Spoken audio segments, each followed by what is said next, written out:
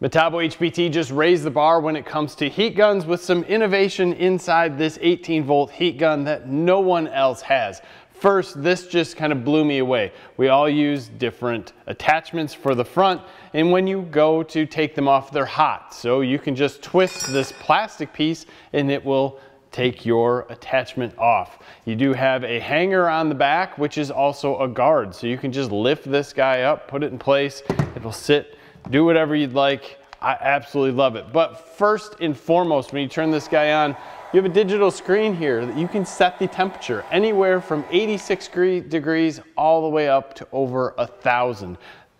Awesome, awesome, awesome.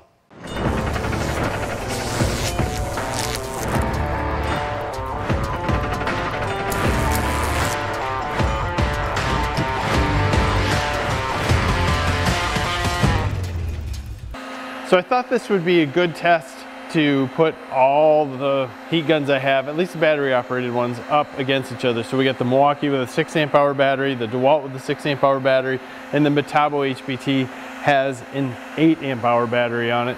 I don't think the batteries are gonna make that much of a difference here. But let's just take a walk through and look. We're on the Milwaukee right now. And if I look, the hottest part they are saying is 204 degrees. You can kind of see how wide everything is there. The heat gun is pushing pretty much straight forward. 207 is what the max on this is saying. Let's move over to the Dewalt. And there is more heat here, obviously, because it's being shared a little bit. I guess I have them a little bit too close together. But temperature it's saying there, 270 on the green. It's got a max of 308, but the max is pulling over towards the Metabo HPT, 306.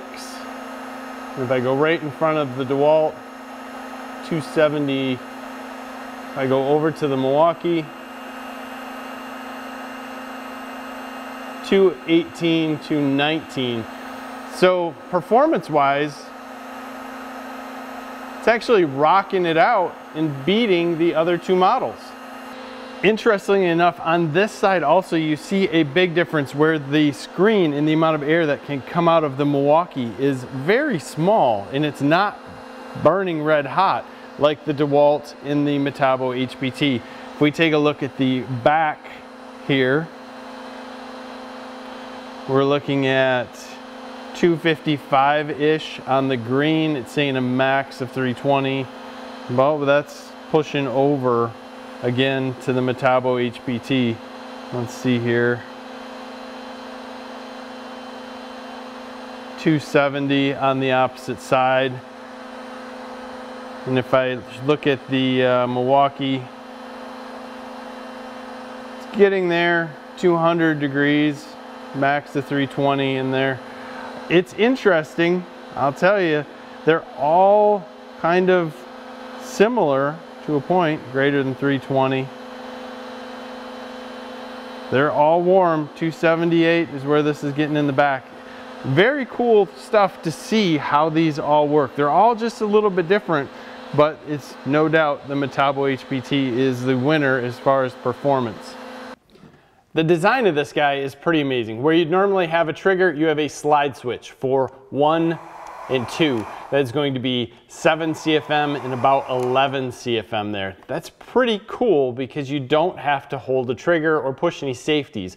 So I like that. You also have that little thing I was telling you about to get the attachments off. You just twist that, pushes them off.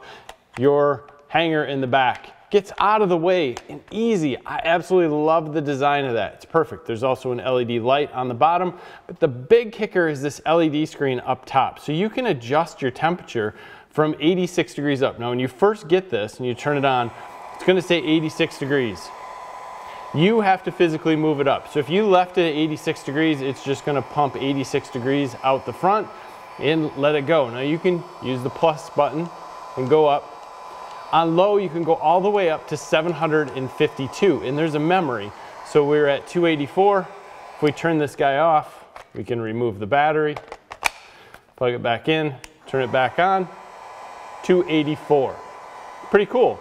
Now I have the next level set up to 1022, which is its absolute max. And it went to 1004. I must have hit the minus button while I was screwing around with it. Either way, that is pretty awesome. So we can adjust this down. Now this temperature isn't going to be exact. This obviously has to heat up, and it's getting red hot as you can see now, but it gives you a ceiling as to what its max temperature is going to be. So if you want to run a bit higher CFM, you can drop this down to whatever you're doing and make it work. That is absolutely amazing, and it makes this work for so many more people. Metabo sends you 3 attachments with this heat gun, basically going to allow you to do many different tasks. And if there is one downside, I have a Milwaukee corded unit, I have a Milwaukee cordless unit, and I have a DeWalt cordless unit. Now, all of these take the same attachments, so I can switch back and forth between any of them. So I have a lot of attachments that I can use with those. They don't fit here, just slightly too small. So this is a little bit different sized attachment than anything else. So if you have a bunch of these, it may not fit, but I really love the fact that you can just push them off. There is no better than that. We're gonna turn this guy on. We're gonna quickly put that over top just because this is for bending tubing, but we're gonna let it heat up a second. We have a little bit of shrink wrap here. We can put this shrink wrap inside, or shrink tubing, excuse me. And we are up to temperature, and she is shrinking. That is very, very awesome. I love having things that you can get in here, turn them on quick, and let them rock and roll. Let's thread some more tubing through here.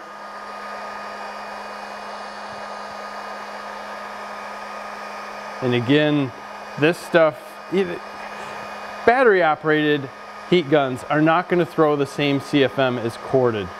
And that is something I think we all need to remember. People ask what you can use this for, like shrink wrapping a boat or something. It would take you a long time because of the lower CFM that you have here to actually shrink wrap a boat. You could use this for different places in tinting a car or something like that, but you're not really going to use it for large applications, just simply due to the CFM differences. And if you don't believe me, go check out the CFM on like a 1400 watt electric and compare it. They are very significant, similar in temperature, but not in CFM. Now this dude would be hot. If we wanted to take it off, we'd have to get gloves, and you don't want to take it off on something if it's too hot and it would burn it. But look at that. Simple. So for many professionals who use these smaller heat guns to do different things, just the ability to be able to change the temperature of the air coming out of the heat gun is huge, and that's going to push you towards the Metabo HPT at that point. You are going to obviously have to get a battery with this, but at the same point in time, when you can see that its performance completely blows away the competition out there, I think that's another item that just checks the box. Now with that said, these two are older models, so there's been a lot of technology updates since then, and Metabo HPT is probably taking advantage of that. Interesting enough, I just find it that this unit has the most technology, the most ability to work in multiple different areas. You can change the temperature, you have all the stuff on there, and I absolutely love how you turn things off. If you noticed, I had to have the Milwaukee zip tied to stay on. The DeWalt is just a trigger safety to lock it in, and the Metabo is that slide switch. I love the slide switch, especially on a heat gun. Most people want to just turn it on. You don't want to have your finger on that trigger the whole time. Anyway, cool stuff here. Actually, it's pretty hot stuff here. Nice to see. I love to see this stuff. Comments below. I know what y'all are going to tell me. I want to hear it anyway. Put that down there. Give us a like in this video. Subscribe to the channel if you haven't already. Thank you for your time. Have a great day.